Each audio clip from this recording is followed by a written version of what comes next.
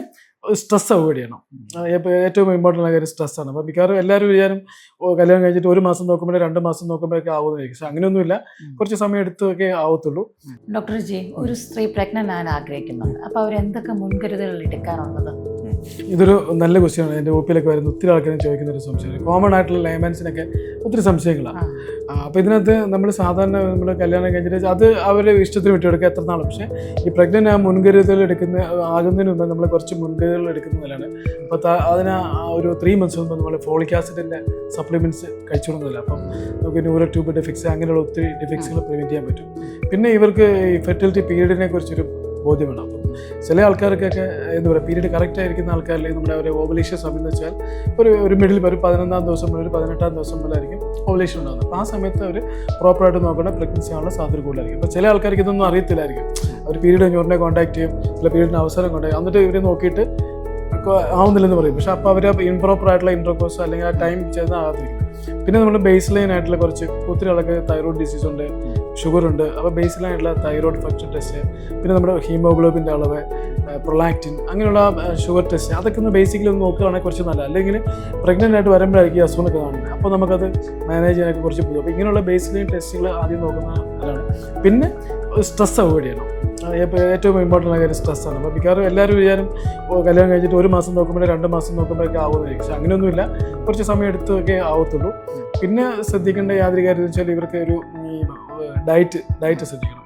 നമ്മൾ കൂടുതലും junk foods, fatty ഫുഡ്സൊക്കെ avoid ചെയ്യുക. മോർ ഓഫ് ഒരു വെജിറ്റേറിയൻ ഡയറ്റ് കഴിക്കുക. പിന്നെ ഒബീസിറ്റി ഉള്ള ആൾക്കാരൊക്കെ ആണെങ്കിൽ അവർ ഡയറ്റൊക്കെ ചെയ്യുക. വെയിറ്റൊക്കെ കുറഞ്ഞിട്ട് കുറച്ചും കൂടെ പ്രഗ്നൻസി പ്ലാൻ ചെയ്യുന്നതായിരിക്കും കുറച്ച് നല്ലത്. ഡോക്ടർ ജി, ഒരാൾ മാരേജ് കഴിഞ്ഞിട്ട് അവർ ട്രൈ ചെയ്യുന്നു പ്രഗ്നൻസി, പക്ഷേ ആകുന്നില്ല.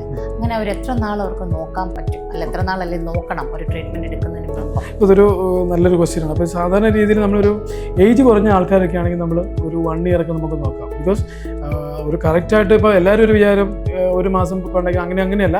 അപ്പോൾ 1 മാസം എല്ലാ കാര്യങ്ങളും നോർമലാണ്, നമുക്കൊരു 10 to 15% സാധ്യതയുള്ളൂ. അപ്പോൾ അത് കൺസിക്യൂട്ടീവ് മാസങ്ങൾ നോക്കുമ്പോഴേ ഉള്ള ഒരു പ്രഗ്നൻസി സാധ്യത കിട്ടുള്ളൂ. അപ്പം റെഗുലർ ആയിട്ടുള്ള പീരീഡ്സ് ഉള്ള ആൾക്കാർ, വേറെ പ്രോബ്ലംസ് ഇല്ലാത്ത ആൾക്കാരാണെങ്കിൽ 1 year ആയിട്ട് നോക്കിയിട്ടായില്ലെങ്കിൽ ഒരു ഡോക്ടർ, അത് ഏജ് കുറവായിരിക്കണം, ഒരു 30 വയസ്സിന് താഴെയുള്ള ആൾക്കാരൊക്കെയാണ് നമുക്കൊരു 1 year നോക്കിയിട്ടായില്ലേ ഡോക്ടറെ കൺസൾട്ട് ചെയ്യാൻ നോക്കുന്നത്.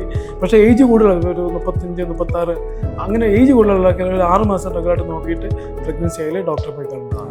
ഒരാൾ പ്രഗ്നൻ്റ് ആകുന്നു അല്ലെങ്കിൽ ഒരു പ്രഗ്നൻസിയുടെ ആദ്യത്തെ സൂചനകൾ എന്തൊക്കെയായിരിക്കും? അപ്പോൾ ആദ്യമായിട്ട് ഇമ്പോർട്ടൻ്റ് എന്ന് പറഞ്ഞു കഴിഞ്ഞാൽ നമ്മുടെ പീരീഡ് മിസ് ചെയ്യുക. അപ്പോൾ കറക്റ്റായിട്ട് പീരീഡ് വരുന്ന ആൾക്കാരിൽ ചിലപ്പം ഒരു 5-6 ദിവസം പീരീഡ് മിസ് ചെയ്യുകയാണെങ്കിൽ that is a first important sign of pregnancy. അപ്പോൾ തന്നെ നമ്മുടെ നാട്ടിലേക്ക് എല്ലാവരും പ്രഗ്നൻസിയുടെ യൂറിൻ കാർഡ് വെച്ച് ടെസ്റ്റ് ചെയ്യുന്നു, പോസിറ്റീവ് ആകുന്നു. അല്ലെങ്കിൽ നമ്മൾ ചിലപ്പോൾ ഒരു ബ്ലഡിനകത്ത് ഈ ഹോർമോൺ ടെസ്റ്റ് ഉണ്ട്, ബീറ്റ ടെസ്റ്റ് നോക്കും, അത് നോക്കി കൺഫേം ചെയ്യും. പിന്നെ നമുക്കൊരു ചേഞ്ചസ് ആണ്, പെട്ടെന്ന് നമുക്കൊരു ചിലപ്പോൾ ഒരു വോമിറ്റിംഗ് സെൻസേഷൻ, പിന്നെ വയറ്റിൽ ഗ്യാസ്. മിക്കവാറും ആൾക്കാർ പീരീഡ് മിസ് ചെയ്യുമ്പോൾ ഒരു ഗ്യാസ് പോലെ ഉണ്ടാകും. പിന്നെ നമ്മുടെ ഒരു ബോഡി ചേഞ്ച്, കുറേ ബോഡി ചേഞ്ചസ് ഒക്കെ വരും. പെട്ടെന്നൊരു ഹോർമോൺ ചേഞ്ച് വരുമ്പോൾ അതിൻ്റെ കുറേ സൂചനകളൊക്കെ ഉണ്ടാകും. പിന്നെ ചിലർക്ക് ബാക്ക് പെയിൻ ഉണ്ടാകും. പിന്നെ ചിലർക്ക് രാവിലെ ഒരു ഓക്കാനം പോലെ വരും, ഈ സലൈവേഷൻ വരും. അങ്ങനെയുള്ള സിംറ്റംസൊക്കെയാണ് ഗർഭധാരണത്തിൻ്റെ ആദ്യം. ഇതൊക്കെ കണ്ടു കഴിയുമ്പോൾ മിക്കവാറും ആൾക്കാർ ഡോക്ടറെ പോയി കണ്ട് ഒന്നീ സ്കാൻ ചെയ്യും, അല്ലെങ്കിൽ ഈ ബ്ലഡ് ടെസ്റ്റുകൾ ചെയ്തിട്ട് അവർ കൺഫേം ചെയ്യും.